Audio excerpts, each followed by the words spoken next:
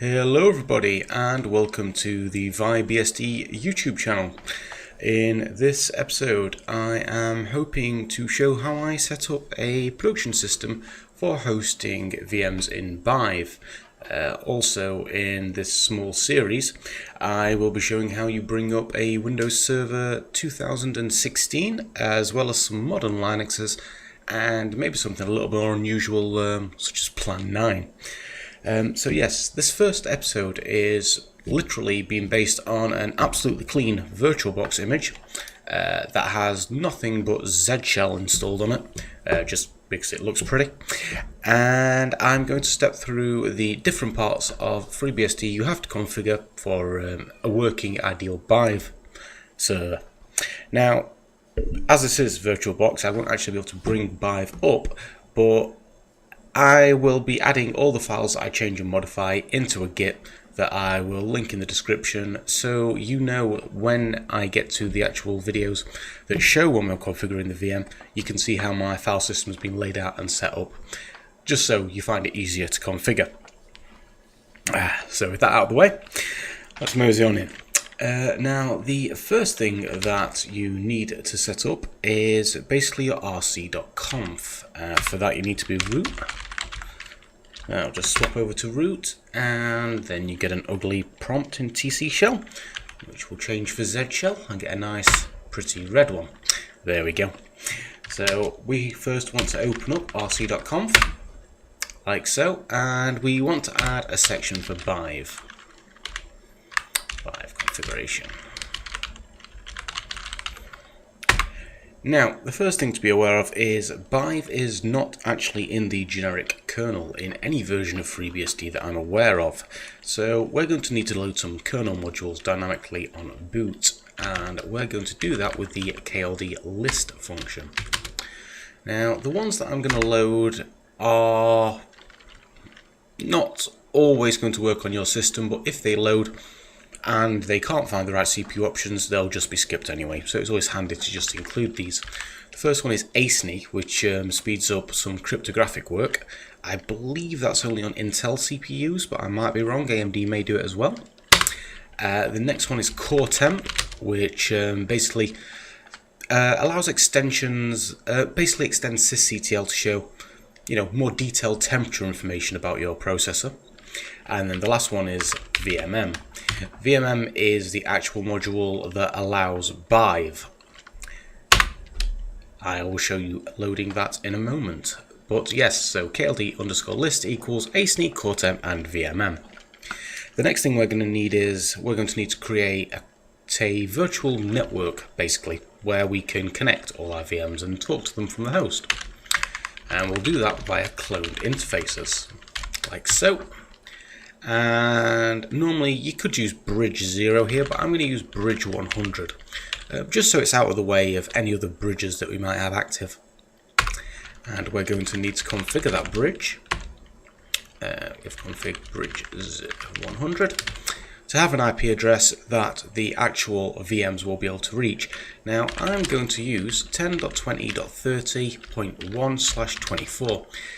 This roughly translates to the host will have the IP 10.20.30.1, and all of the VMs will be given an IP that is within the range 10.20.30.10, I think we'll use, up to 254. /24, of course, is a CIDR, meaning 255.255.255.0. That's obviously a net mask. So, do we need anything else? We've got our KLD lists, and we have our interfaces. That looks good. Okay, so we'll save that file. And the next thing that we want to set up is we want to be able to automatically start things. Now, the correct way in FreeBSD is to use the rc.d system, but it can get quite complicated and quite long writing RC scripts, especially for things that can be a bit dynamic that you can suddenly add or remove. So what I like to do is I like to use an old hack in the form of the /etc/rc.local file. Now on a clean FreeBSD this won't exist, so you have to create it like such. And in here you're going to put a #bang bin shell because it's a bourne shell, and you want to basically add some information about what you're doing. So we're going to go spin echo starting keep alive service. Now we're going to start a keep alive service because, as I mentioned, we are in VirtualBox, so I can't start a VM in here, but I can show you how to start a service after the system starts. So we're going to add that, and then we're going to use a inbuilt command called daemon, which is under this path, user spin daemon, and we're going to pass it the RFT flags. Here we go, couldn't see my keyboard. Now the RFT flags for daemon mean restart, F means that the trailing thing that we're going to add is the path to the command we want to run, and T means title. Now for the title, I'm going to go, let's be more specific, IPv4 keep alive. And the command I want to run is spin ping, and we'll ping Google's name servers, because why not? So how this basically reads is that after the RC system has completely run through and OpenVPN and Nginx and Secure Shell and whatever else that you have in your rc.conf has run, this file will run. It'll tell you what it's doing. It's starting a keep alive service, and then it will create a daemon out of the ping command that is just pinging Google. We can test this is going to work, first of all by setting the file +X to tell the system that it's executable, and then by running it. And then we get that echo is not found. What did I get wrong? Where is echo? Ah, bin, not sbin. So I'll go back into the file, like so, and bin echo. See, you always want to try and use the full path to the binary that you're trying to use in these files. Basically, as this is running as root, you don't want to accidentally start some other binary that just happens to be in path. So using explicit paths is highly recommended. So let's give that another try. I best actually check that the daemon did not run as well. Yes, it did. Even though the echo failed, the script continued to run and of course started the daemon. So I will just remove that for the sake of example. Start with a nice fresh screen. So as RC, I've now finished executing all of my commands, and now I'm going to run my RC local. Haha, exactly as we wanted. Now we can check this worked by ps-awk grep ping, and that should show me the ping to Google that should be running via daemon. And there we have it. We can also find the daemon. We called it keep alive, so I'm going to grep for keep alive, and there she is. Now, if I wanted to restart ping, because I passed the -R flag to daemon, as we can see here, all we have to do is kill ping, which is currently on PID 986. Now if I go and look for ping again,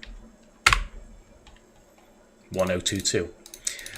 Because ping exited when I killed it, the daemon process noticed it had gone and restarted it, the entire point of the R flag.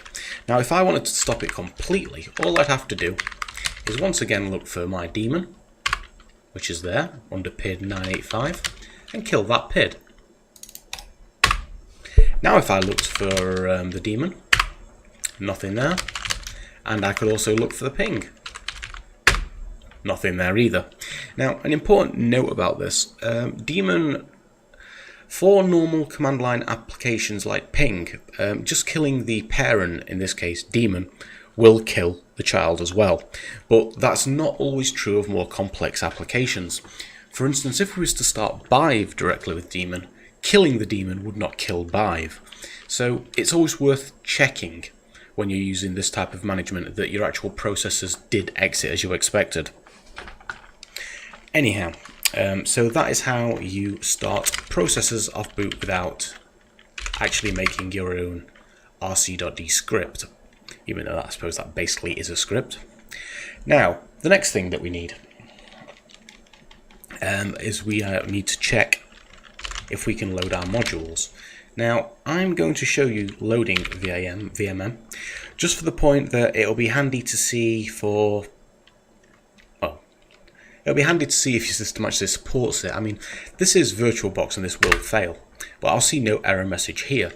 But if I now type dmessage, I should get an error on the bottom of here saying VMX does not support VMX operation, error 6.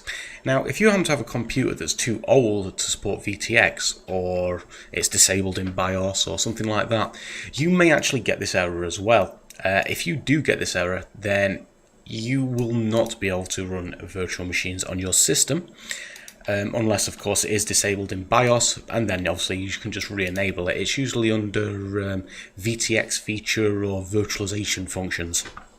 But yes, this is VirtualBox, so we expected that. But we can see that indeed VMM is loaded. The next important note, because I forgot, is we need to go back into rc.conf, because I forgot to add one of the kernel modules, and it's just occurred to me.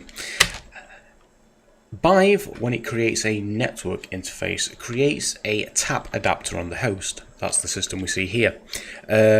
If that tap adapter is not loaded, certain sysctls do not become available, which means that we cannot set them before the tap device is loaded. So what we're going to do is we're just going to add tap into the KLD list as well. And now we're actually going to configure the sysctls. etc. Okay, let's set sysctl.conf. Now you're going to see why we needed to load tap. Now I'm just going to copy these from my other system because they're a pain to type. And here we go. And there's the other two. Now, from the top, netlink tap up on open. This is the one that actually required that we KLD loaded tap. See, tap is actually present in the default kernel either. It's basically loaded as required, but until it's loaded, we actually cannot set the sysctl for it. What this sysctl does is basically say to FreeBSD that when a tap device is created, automatically mark it as active, which is handy for our virtual machines because obviously they need an active device to talk to the rest of the network. The next two, I'll link Ethernet, Ether iNet proxy all. I am not 100% sure what this one does. All I know is that on my production servers, where I have multiple virtual networks with obviously quite a few VMs, enabling this allows them to actually talk across different virtual nets. I should actually do more research on that one. But yes, I'm adding it because it's in all of my other configs and everything just works. The last one, net iNet IP random ID. This one isn't strictly Bhyve related. In fact, this is actually recommended if you run a Tor service. And what this does is, on TCP communication, there is usually an incremental ID that's included in all headers. This basically randomizes that, which means it's harder to guess the sequence of numbers that you will get in TCP headers. It's more a security thing rather than anything else, but it's easy to enable, and we are in here, so why not? The last one to add, which I'm just going to grab from here, oop, and I cannot type, is this one. System iNet IP forwarding. Now, you may or may not want to enable this one. This will basically allow your system to NAT for IPv4 and especially for your VMs to the outside internet. So if your VMs do need to actually get online through the host system, you will need this flag. The alternative way of setting this is to actually specify gateway enable equals yes in rc.conf. I just prefer setting it in sysctl. So yes, they're the files that are required for that, or the lines even. With all those there, the only thing that we really need to do is reboot to see if it works. So let's do that. And get a nice warning message. And I'll put that screen up while I reconnect. I really should have actually sped this up.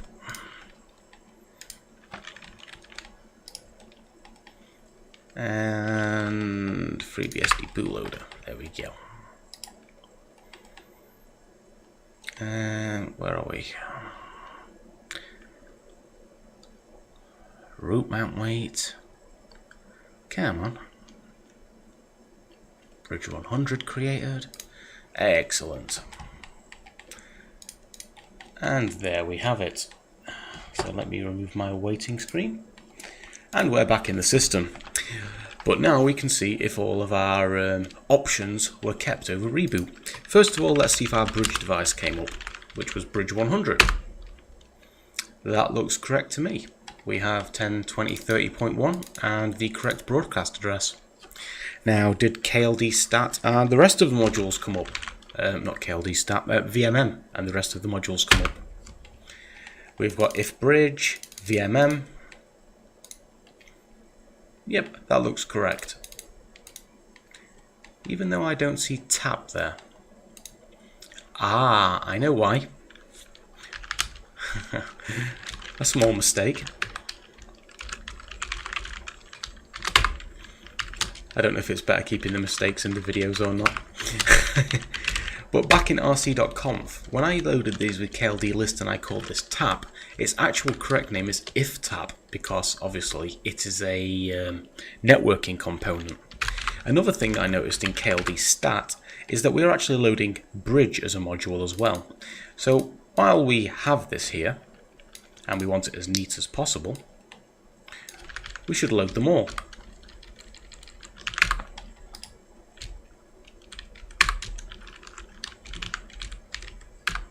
Like this.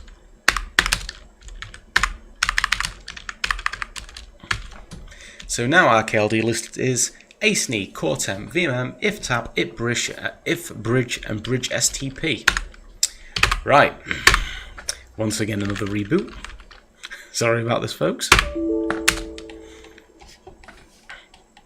can have my nice background on for a little minute. Have a little sip.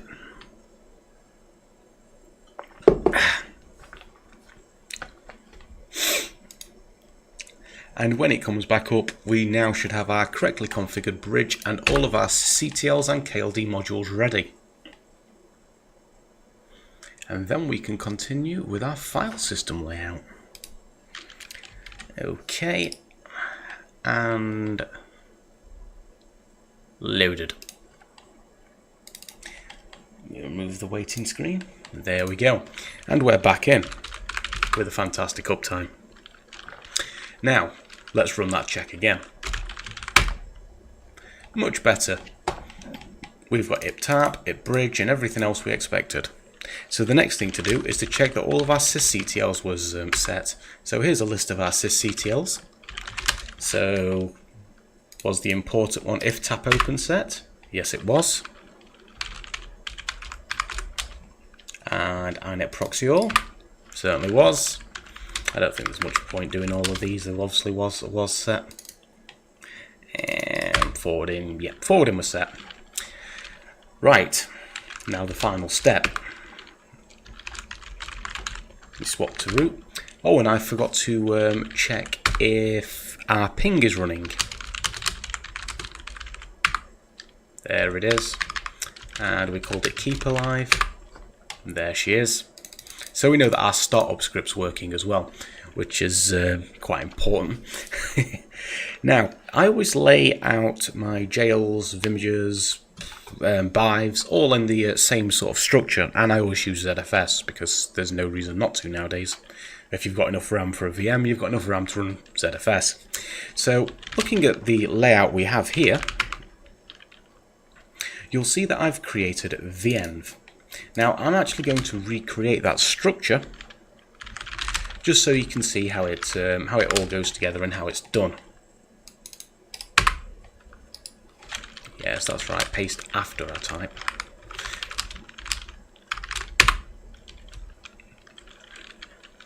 God, it's always fun watching people get things wrong on YouTube.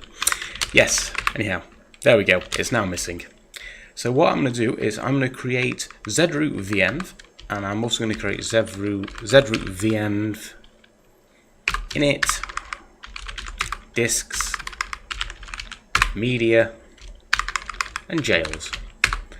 And I'm also going to set the mount point of the base, which is /venv, to /venv. That means that on the file system I should be able to go there like so, and all my directories are there as expected. This is only a minor step, but it's really handy, because now what I could do, and what I will do in future videos, is when I place jails and virtual servers in this disk structure, I'll be able to keep them in a very organized position. For instance, the init directory is where we'll have all our Bourne shells that start our Windows Server and our modern Linuxes and bits and bobs like that, which means that our RC local script, that's the one that's here, is always going to be daemon rft, if we want it to reboot obviously, and then mount mail Windows Server, and it will always be venv init Windows Server or other such thing. But I started this video just to show you the basic layout of how I get things automatically running and how everything all goes nicely together. So yes, I will add all these files to the GitHub and link them in the description. And the first virtual server I'm going to create will be Microsoft Windows 2016. That should be coming very soon. And yes, that's how my layout is. I hope that helped some of you out. Thank you. Goodbye.